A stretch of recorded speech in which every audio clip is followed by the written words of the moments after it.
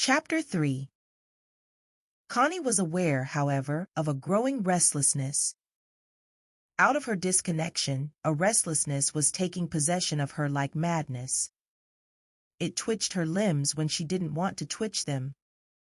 It jerked her spine when she didn't want to jerk upright, but preferred to rest comfortably. It thrilled inside her body, in her womb, somewhere, till she felt she must jump into water and swim to get away from it. A mad restlessness. It made her heart beat violently for no reason, and she was getting thinner. It was just restlessness. She would rush off across the park and abandon Clifford and lie prone in the bracken. To get away from the house. She must get away from the house and everybody. The wood was her one refuge, her sanctuary. But it was not really a refuge, a sanctuary, because she had no connection with it. It was only a place where she could get away from the rest. She never really touched the spirit of the wood itself, if it had any such nonsensical thing. Vaguely she knew herself that she was going to pieces in some way. Vaguely she knew she was out of connection. She had lost touch with the substantial and vital world. Only Clifford and his books, which did not exist, which had nothing in them. Void to void. Vaguely she knew. But it was like beating her head against a stone. Her father warned her again. "Why don't you get yourself a beau, Connie? Do you all the good in the world." That winter, Michaelis came for a few days. He was a young Irishman who had already made a large fortune by his plays in America. He had been taken up quite enthusiastically for a time by smart society in London, for he wrote smart society plays. Then gradually smart society realized that it had been made ridiculous at the hands of a down-at-heel Dublin street rat, and revulsion came. Michaelis was the last word in what was caddish and boundarish. He was discovered to be anti-English, and to the class that made this discovery this was worse than the dirtiest crime. He was cut dead and his corpse thrown into the refuse can. Nevertheless, Michaelis had his apartment in Mayfair, and walked down Bond Street the image of a gentleman, for you cannot get even the best tailors to cut their low-down customers when the customers pay. Clifford was inviting the young man of 30 at an inauspicious moment in that young man's career. Yet Clifford did not hesitate. Michaelis had the ear of a few million people, probably, and being a hopeless outsider, he would no doubt be grateful to be asked down to Wragby at this juncture, when the rest of the smart world was cutting him. Being grateful, he would no doubt do Clifford good over there in America. Kudos. A man gets a lot of kudos, whatever that may be, by being talked about in the right way, especially over there. Clifford was a coming man, and it was remarkable what a sound publicity instinct he had. In the end, Michaelis did him most nobly in a play, and Clifford was a sort of popular hero. Till the reaction, when he found he had been made ridiculous. Connie wondered a little over Clifford's blind, imperious instinct to become known. Known, that is, to the vast amorphous world he did not himself know, and of which he was uneasily afraid. Known as a writer, as a first-class modern writer. Connie was aware from successful, old hearty, bluffing Sir Malcolm that artists did advertise themselves and exert themselves to put their goods over. But her father used channels ready-made, used by all the other RAs who sold their pictures, whereas Clifford discovered new channels of publicity, all kinds. He had all kinds of people at Wragby, without exactly lowering himself. But, determined to build himself a monument of reputation quickly, he used any handy rubble in the making. Michaelis arrived duly, in a very neat car, with a chauffeur and a manservant. He was absolutely Bond Street, but at sight of him something in Clifford's country soul recoiled. He wasn't exactly, not exactly, in fact, he wasn't at all, well, what his appearance intended to imply. To Clifford, This was final and enough. Yet he was very polite to the man, to the amazing success in him. The bitch goddess, as she is called, of success, roamed, snarling and protective, round the half-humble, half-defiant Michaela's heels, and intimidated Clifford completely, for he wanted to prostitute himself to the bitch goddess Success also, if only she would have him. Michaelis obviously wasn't an Englishman, in spite of all the tailors, hatters, barbers, booters of the very best quarter of London. No, he obviously wasn't an Englishman. The wrong sort of flattish, pale face and bearing, and the wrong sort of grievance. He had a grudge and a grievance. That was obvious to any true-born English gentleman who would scorn to let such a thing appear blatant in his own demeanor. Poor Michaelis had been much kicked, so that he had a slightly tail between the legs look even now. He had pushed his way by sheer instinct and sheerer effrontery onto the stage and to the front of it with his plays. He had caught the public, and he had thought the kicking days were over. Alas, they weren't. They never would be. For he, in a sense, asked to be kicked. He pined to be where he didn't belong, among the English upper classes. And how they enjoyed the various kicks they got at him, and how he hated them. Nevertheless, he traveled with his manservant and his very neat car, this Dublin mongrel. There was something about him that Connie liked. He didn't put on airs to himself. He had no illusions about himself. He talked to Clifford sensibly, briefly, practically about all the things Clifford wanted to know. He didn't expand or let himself go. He knew he had been asked down to Wragby to be made use of, and like an old, shrewd, almost indifferent businessman, or big businessman, he let himself be asked questions, and he answered with as little waste of feeling as possible. Money, he said. Money is a sort of instinct. It's a sort of property of nature in a man to make money. It's nothing you do. It's no trick you play. It's a sort of permanent accident of your own nature. Once you start, you make money, and you go on. Up to a point, I suppose. But you've got to begin, said Clifford. Oh, quite. You've got to get in. You can do nothing if you are kept outside. You've got to beat your way in. Once you've done that, you can't help it. But could you have made money except by plays? Asked Clifford. Oh, probably not. I may be a good writer, or I may be a bad one, but a writer and a writer of plays is what I am, and I've got to be. There's no question of that. And you think it's a writer of popular plays that you've got to be? Asked Connie. There, exactly, he said, turning to her in a sudden flash. There's nothing in it. There's nothing in popularity. There's nothing in the public if it comes to that. There's nothing really in my plays to make them popular. It's not that. They just are, like the weather, the sort that will have to be, for the time being. He turned his slow, rather full eyes, that had been drowned in such fathomless disillusion, on Connie, and she trembled a little. He seemed so old, endlessly old, built up of layers of disillusion, going down in him generation after generation, like geological strata. And at the same time he was forlorn like a child. An outcast in a certain sense, but with the desperate bravery of his rat-like existence.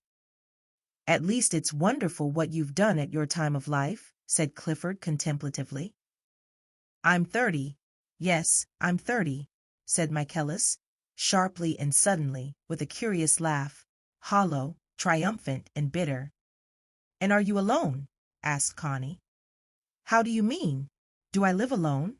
I've got my servant.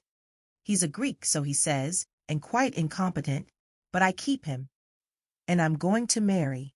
Oh yes, I must marry. It sounds like going to have your tonsils cut, laughed Connie. Will it be an effort? He looked at her admiringly. Well, Lady Chatterley, somehow it will. I find I can't marry an Englishwoman, not even an Irishwoman. Try an American, said Clifford. Oh, American? He laughed a hollow laugh. No. I've asked my man if he will find me a Turk or something nearer to the Oriental. Connie really wondered at this queer, melancholy specimen of extraordinary success. It was said he had an income of $50,000 from America alone. Sometimes he was handsome. Sometimes as he looked sideways, downwards, and the light fell on him, he had the silent, enduring beauty of a carved ivory Negro mask, with his rather full eyes, and the strong, queerly arched brows, the immobile, compressed mouth, that momentary but revealed immobility, an immobility, a timelessness which the Buddha aims at, and which Negroes express sometimes without ever aiming at it, something old and acquiescent in the race. Eons of acquiescence in race destiny, instead of our individual resistance. And then a swimming through, like rats in a dark river. Connie felt a sudden, strange leap of sympathy for him, a leap mingled with compassion and tinged with repulsion, amounting almost to love. The outsider! And they called him a bounder! How much more bounderish and assertive Clifford looked! How much stupider! Michaelis knew at once he had made an impression on her. He turned his full, hazel, slightly prominent eyes on her in a look of pure detachment. He was estimating her, and the extent of the impression he had made. With the English, nothing could save him from being the eternal outsider, not even love. Yet women sometimes fell for him, English women too. He knew just where he was with Clifford. They were two alien dogs, which would have liked to snarl at one another, but which smiled instead perforce. But with the woman he was not quite so sure. Breakfast was served in the bedrooms. Clifford never appeared before lunch, and the dining room was a little dreary. After coffee, Michaelis, restless and ill-sitting soul, wondered what he should do. It was a fine November day, fine for Wragby. He looked over the melancholy park. My God, what a place! He sent a servant to ask, could he be of any service to Lady Chatterley? He thought of driving into Sheffield. The answer came, would he care to go up to Lady Chatterley's sitting-room? Connie had a sitting-room on the 3rd floor, the top floor of the central portion of the house. Clifford's rooms were on the ground floor, of course. Michaelis was flattered by being asked up to Lady Chatterley's own parlor. He followed blindly after the servant. He never noticed things or had contact with his surroundings. In her room he did glance vaguely round at the fine German reproductions of Renoir and Cézanne. It's very pleasant up here, he said, with his queer smile, as if it hurt him to smile, showing his teeth. You are wise to get to the top. Yes, I think so, she said.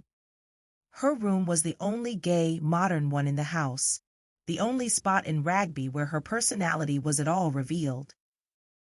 Clifford had never seen it, and she asked very few people up. Now she and Michaelis sat on opposite sides of the fire and talked. She asked him about himself, his mother and father, his brothers. Other people were always something of a wonder to her, and when her sympathy was awakened, she was quite devoid of class feeling. Michaelis talked frankly about himself, quite frankly, without affectation, simply revealing his bitter, indifferent, stray dog soul, then showing a gleam of revengeful pride in his success. But why are you such a lonely bird? Connie asked him, and again he looked at her, with his full, searching, hazel look. Some birds are that way, he replied. Then, with a touch of familiar irony, but look here, what about yourself? Aren't you by way of being a lonely bird yourself?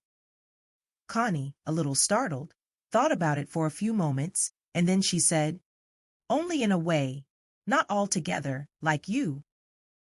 Am I altogether a lonely bird? He asked, with his queer grin of a smile, as if he had toothache. It was so wry, and his eyes were so perfectly unchangingly melancholy, or stoical, or disillusioned, or afraid. "Why?" she said, a little breathless as she looked at him. "You are, aren't you?" She felt a terrible appeal coming to her from him that made her almost lose her balance. "Oh, you're quite right," he said, turning his head away and looking sideways, downwards, with that strange immobility of an old race that is hardly here in our present day. It was that really made Connie lose her power to see him detached from herself. He looked up at her with the full glance that saw everything, registered everything. At the same time, the infant crying in the night was crying out of his breast to her in a way that affected her very womb. "It's awfully nice of you to think of me," he said laconically. "Why shouldn't I think of you?" she exclaimed, with hardly breath to utter it. He gave the wry, quick hiss of a laugh. "Oh, in that way. May I hold your hand for a minute?" he asked suddenly, fixing his eyes on her with almost hypnotic power, and sending out an appeal that affected her direct in the womb. She stared at him, dazed and transfixed. And he went over and kneeled beside her, and took her 2 feet close in his 2 hands, and buried his face in her lap, remaining motionless. She was perfectly dim and dazed, looking down in a sort of amazement at the rather tender nape of his neck, feeling his face pressing her thighs. In all her burning dismay, she could not help putting her hand, with tenderness and compassion, on the defenseless nape of his neck, and he trembled with a deep shudder. Then he looked up at her with that awful appeal in his full, glowing eyes. She was utterly incapable of resisting it. From her breast flowed the answering, immense yearning over him. She must give him anything, anything. He was a curious and very gentle lover, very gentle with the woman, trembling uncontrollably, and yet at the same time detached, aware of every sound outside. To her it meant nothing except that she gave herself to him.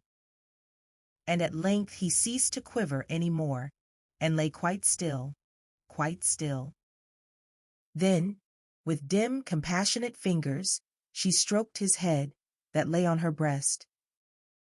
When he rose, he kissed both her hands, then both her feet, in their suede slippers, and in silence went away to the end of the room, where he stood with his back to her.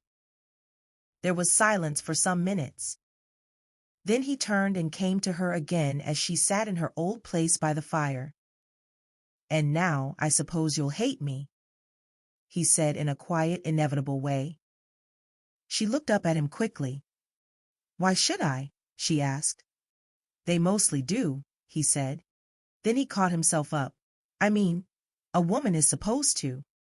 "This is the last moment when I ought to hate you," she said resentfully. I know, it should be so. You're frightfully good to me," he cried miserably. She wondered why he should be miserable. "Won't you sit down again?" she said. He glanced at the door. "Sir Clifford," he said. Won't he be?" She paused a moment to consider. "Perhaps," she said, and she looked up at him. "I don't want Clifford to know, not even to suspect. It would hurt him so much. But I don't think it's wrong, do you?" "Wrong! Good God, no! You're only too infinitely good to me. I can hardly bear it." He turned aside, and she saw that in another moment he would be sobbing. "But we needn't let Clifford know, need we?" she pleaded. "It would hurt him so. And if he never knows, never suspects, it hurts nobody."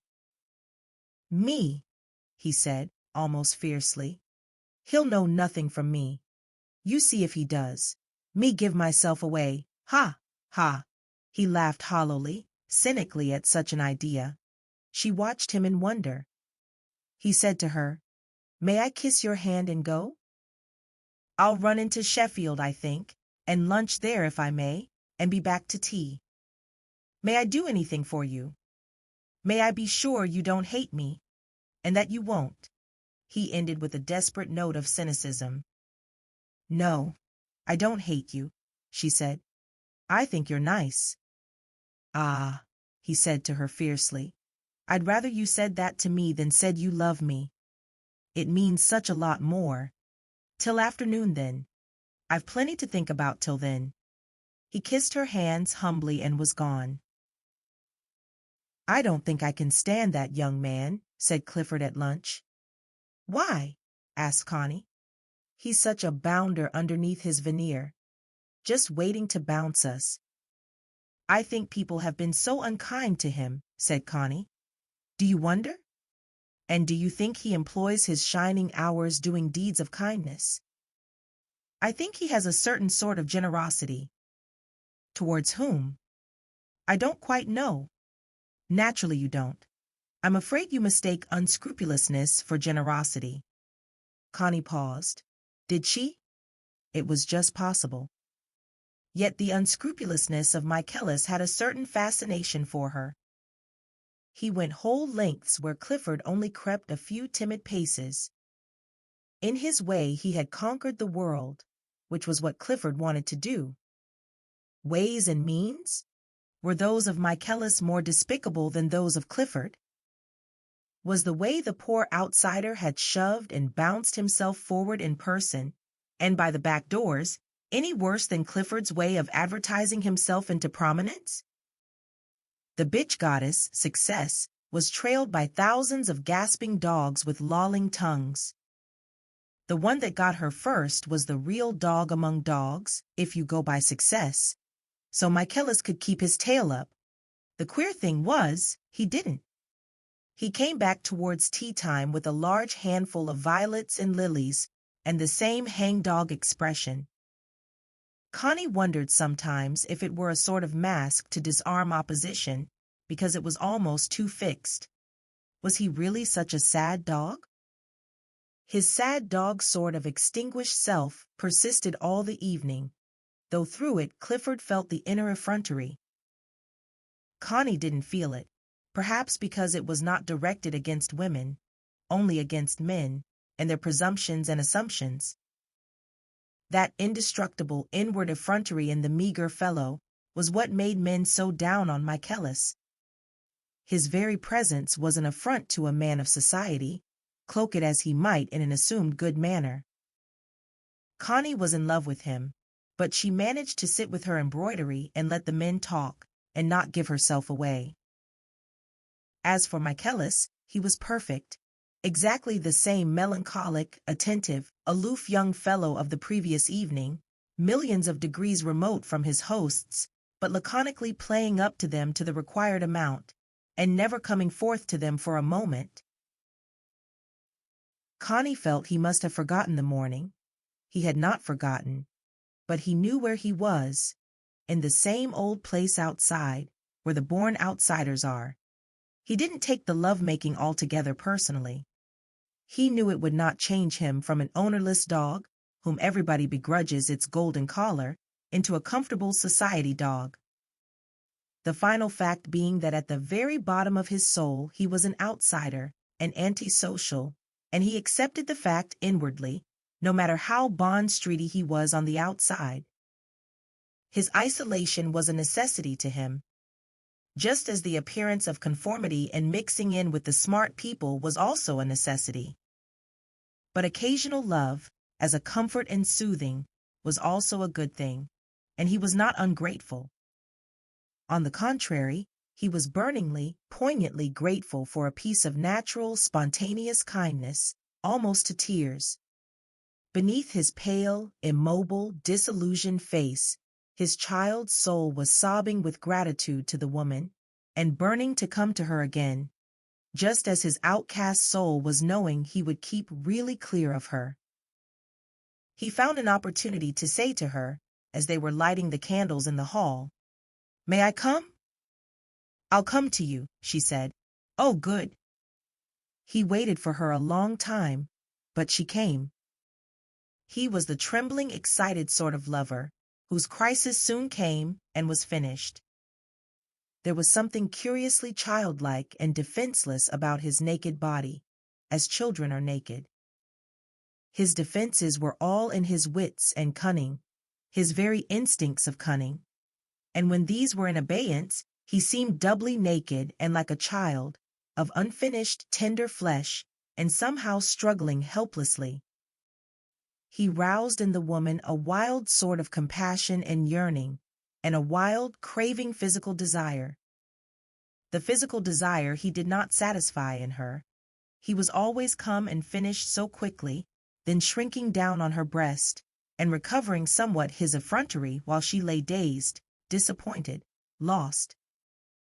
But then she soon learnt to hold him, to keep him there inside her when his crisis was over. And there he was generous and curiously potent. He stayed firm inside her, given to her, while she was active, wildly, passionately active, coming to her own crisis.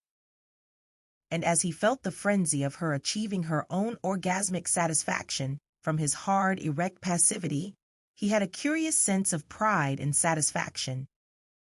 "Ah, how good!" she whispered tremulously, and she became quite still, clinging to him. And he lay there in his own isolation, but somehow proud. He stayed that time only the 3 days, and to Clifford was exactly the same as on the first evening, to Connie also. There was no breaking down his external man. He wrote to Connie with the same plaintive, melancholy note as ever, sometimes witty, and touched with a queer, sexless affection. A kind of hopeless affection he seemed to feel for her, and the essential remoteness remained the same. He was hopeless at the very core of him, and he wanted to be hopeless. He rather hated hope. "Une immense espérance à travers la terre," he read somewhere, and his comment was, "and it's darned well drowned everything worth having." Connie never really understood him, but in her way she loved him.